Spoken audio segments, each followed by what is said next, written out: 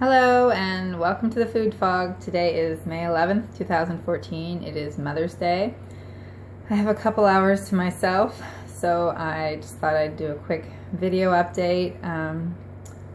Not much has transpired in the last couple weeks since I made my last video, but well, actually I did start my graduate degree, which is exciting. I started with the Maryland University of Integrative Health, their health and wellness coaching program, so I'm excited to do that, and that has been shifting my whole routine the last couple weeks and definitely having me reevaluate things and making use of my time and all that stuff. But most poignantly, the last couple days it's been like warmer spring weather, and get the prelude to the summer coming, and I was feeling a little warm in the pants I was wearing the other day, and I brought down my basket of summer clothes, my shorts from last year, and much to my dismay, everything is tight.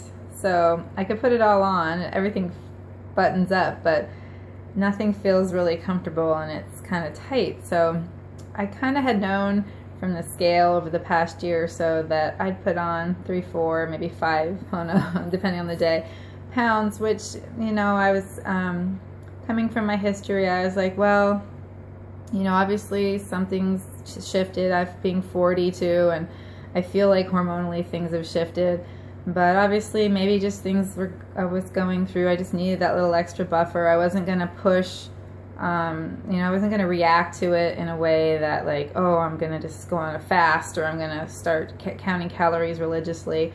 I was just kind of like trying to be with it and, you know, monitor myself, like, and check in with myself and my emotions, but kind of have faith that things would balance out in the long run.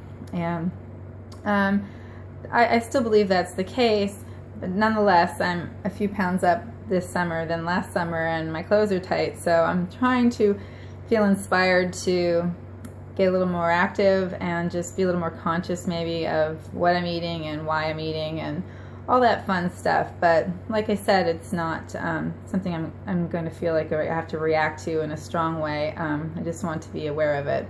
But that does bring me to the idea, because many of you know that I've been following a raw food lifestyle, a diet, for the last 5 years actually. And my husband has joined me along for the ride too, and he's actually gained about 20 pounds in the last year, and he's really like uncomfortable and feeling it, and kind of not really sure what's going on there. But if I look at the last year, we had some stressful moments, we had some shifts in our activity level, and we've given a lot more time to our kids and work and sedentary endeavors. And I can see where in his life that his activity has shifted quite a bit, and just I think maybe after, like, around the holidays, we started just eating more like raw, you know, I guess junk foods like kale chips and flavored nuts or seasoned nuts and things like that, and allowing ourselves a little bit more fun food for non-celebratory reasons, just, oh, it's Tuesday.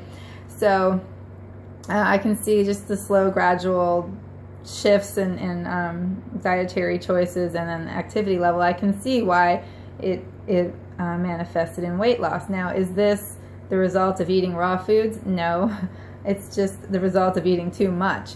And I actually did a video a couple weeks ago about our expectations of our diet, and how, you know, we sometimes place too high expectation on a particular lifestyle or diet to provide results. And the fact of the matter is, no matter whether you're, you know, eating a raw food diet, you're on Weight Watchers, you're, you know, paleo, you're whatever, no matter what dietary philosophy you prescribe to, if you're eating for the wrong reasons, if you're eating emotionally, if you're eating too much, like you're eating beyond the point of satiation, and you're not conscious of why you're eating, or in a reaction to stress or boredom or all those things, it really doesn't matter what you're eating. You can be eating the cleanest, healthiest foods, and if you put too much in and you're not conscious of the reasons you're doing so, then you're likely to have and you're not active, you're likely to have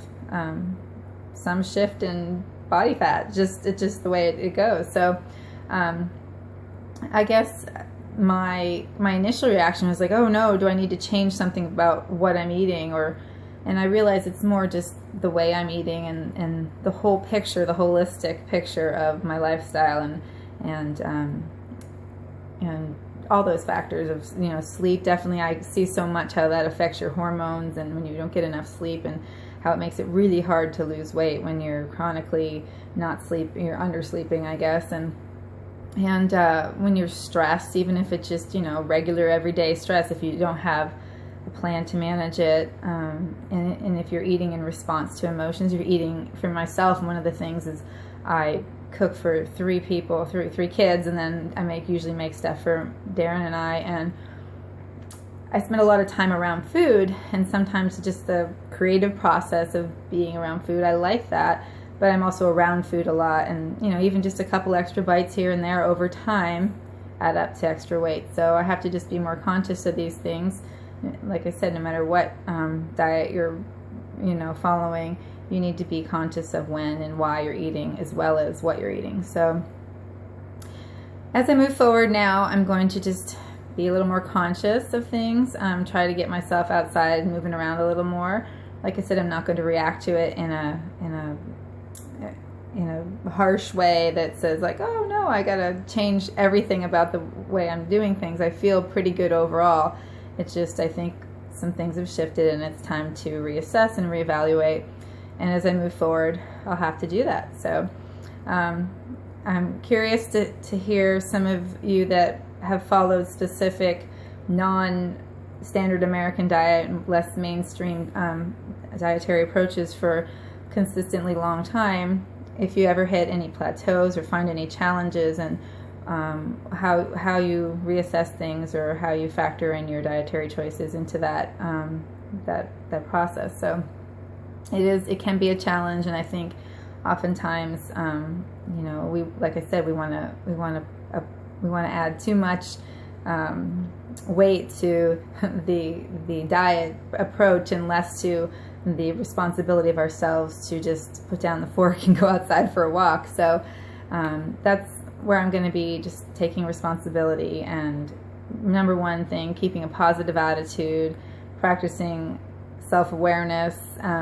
Like I said, the program that I just started, the graduate program, is really focused on mindfulness, and that's really going to help me stay present and think about the reasons why I'm eating, and not just what I'm eating. So like I said, I definitely value your feedback, and be interested to hear any challenges you're having. And I guess I'll be back next time. Bye.